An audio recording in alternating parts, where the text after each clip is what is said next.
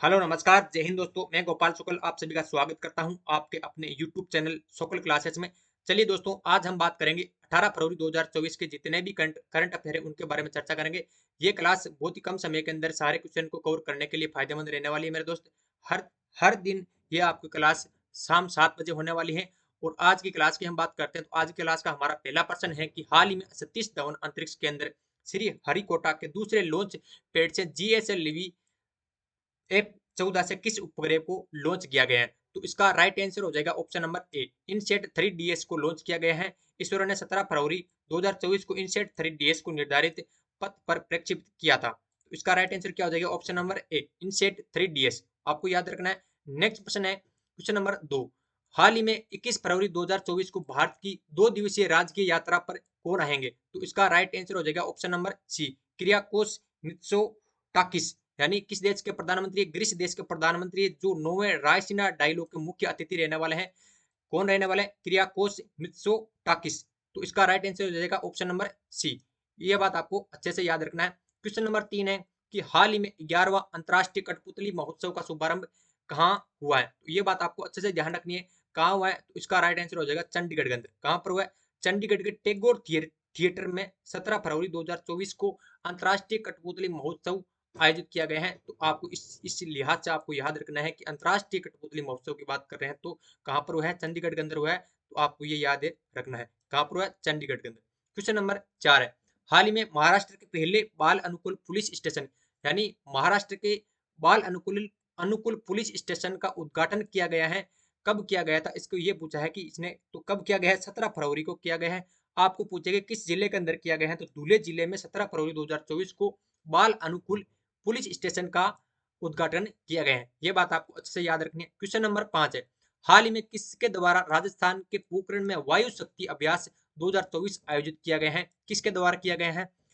भारतीय वायुसेना द्वारा। किसके द्वारा किया गया? भारतीय वायुसेना द्वारा। ऑप्शन नंबर सी क्या हो जाएगा? इसका करेक्ट आंसर हो जाएगा भारतीय वायुसेना द्वारा 17 फरवरी 2024 को 121 विमानों ने भाग लिया था इसके अंदर। तो आपको याद रखना है कि वायु शक्ति अभ्यास 2024 का आयोजित कहाँ किया गया था? किसके द्वारा किया गया था? भारतीय वायुसेना के द्वारा आयोजित किया गया था। तो ये बात आपको अच्छे से ध्यान रखनी है। क्वेश्चन नंबर 6 है कि हाल ही में 58वें ज्ञानपीठ पुरस्कार के लिए किसे चुना गया? वेरी वेरी इंपॉर्टेंट क्वेश्चन है, स्टार लगा लेना। ये प्रश्न हर एग्जाम में बार बार पूछा जाता है। ये किसको दिया गया? 58वां ज्ञानपीठ पुरस्कार किसे चुना गया है? तो इसका राइट आंसर हो जाएगा उर्दू कवि गुलजार और संस्कृत विद्वान जगत गुरु रामभद्राचार्य। इन दोनों को क्या दिया गया? संयुक्त रूप से दिया गया है। तो दोनों को दिया गया। किनको दिया गया? इन दोनों को, उर्दू कवि गुलजार और संस्कृत विद्वान जगत गुरु रामभद्राचार्य को 58वें ज्ञानपीठ पुरस्कार से चुना गया है। तो इसका राइट आंसर क्या हो जाएगा? ऑप्शन नंबर सी, प्रसिद्ध उर्दू कवि गुलजार और संस्कृत विद्वान जगत गुरु रामभद्राचार्य को ये क्या दिया है? ये पुरस्कार दिया गया है। नेक्स्ट क्वेश्चन है क्वेश्चन नंबर 7। हाल ही में स्कूली बच्चों के लिए युवा वैज्ञानिक कार्यक्रम युविका, युवा वैज्ञानिक कार्यक्रम जिसका नाम क्या है? युविका कार्यक्रम का आयोजित करेगा कौन करेगा? तो इसका राइट आंसर क्या हो जाएगा? ऑप्शन नंबर ए। कौन करेगा? ऑप्शन नंबर ए, इसरो यानी भारतीय अंतरिक्ष अनुसंधान संगठन जिसका नाम क्या है? इसरो 13 मई 2024 को क्या करेगा? इनका आयोजन करेगा। ठीक है, ये बात आपको अच्छे से याद रखनी है। इसरो से यानी अनुसंधान से संबंधित बहुत बार प्रश्न एग्जाम के अंदर पूछे जाते हैं। तो आपको ये प्रश्न याद रखना है। ठीक है, क्वेश्चन नंबर ऑप्शन नंबर ए क्या हो जाएगा? इसका करेक्ट आंसर है हो जाएगा। तो युविका का आयोजन कार्यक्रम का आयोजन कौन करेगा?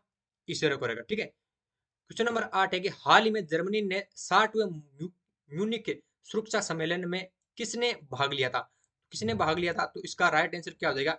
विदेश मंत्री डॉक्टर एस जयशंकर ने। किसने लिया था? विदेश मंत्री डॉक्टर एस जयशंकर ने क्या लिया था? इसके अंदर 60वें म्यूनिक सुरक्षा सम्मेलन में भाग लिया था। तो ऑप्शन नंबर सी क्या हो जाएगा? इसका करेक्ट आंसर हो जाएगा। क्वेश्चन नंबर 9 की बात करते हैं। हाल ही में रामजी गोंड मेमोरियल स्वतंत्रता सेनानी संग्रहालय की आधारशिला कहाँ रखी गई है? तो इसका राइट आंसर क्या हो जाएगा?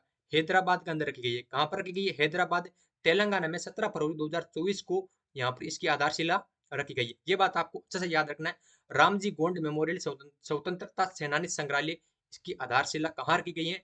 बहुत इंपॉर्टेंट प्रश्न है, तो याद रखना है हैदराबाद के अंदर रखी गई है। क्वेश्चन नंबर 10 है, हाल ही में किसके अनुसार जापान को पछाड़कर जर्मनी तीसरी सबसे बड़ी अर्थव्यवस्था बन गया है? किसको पछाड़कर? आईएम किसके अनुसार ये पूछ रहा है कि किसके अनुसार जापान को पछाड़कर जर्मनी तीसरी सबसे बड़ी अर्थव्यवस्था बन गया है। किसके अनुसार आईएमएफ के अनुसार, किसके अनुसार आईएमएफ के अनुसार जापान को पछाड़कर जर्मनी तीसरी सबसे बड़ी अर्थव्यवस्था बन गई है। तो ऑप्शन नंबर ए क्या हो जाएगा, इसका करेक्ट आंसर हो जाएगा। उम्मीद करता हूँ मेरे दोस्त आपको ये क्लास अच्छे से पसंद आई होगी, सबसे पसंद आई होगी। और क्वेश्चन नंबर 11 है, ये इसका जवाब आपको कमेंट के अंदर देना है कि हाल ही में कौन सा देश मध्य पूर्व में dream of the desert train launch करेगा। तो इसका राइट आंसर आपको कमेंट के अंदर बताना है। उम्मीद करता हूँ मेरे दोस्त आपको ये क्लास अच्छे से समझ में आई होगी। जय हिंद, जय भारत। नेक्स्ट क्लास हमारी कल इसी समय होने वाली है।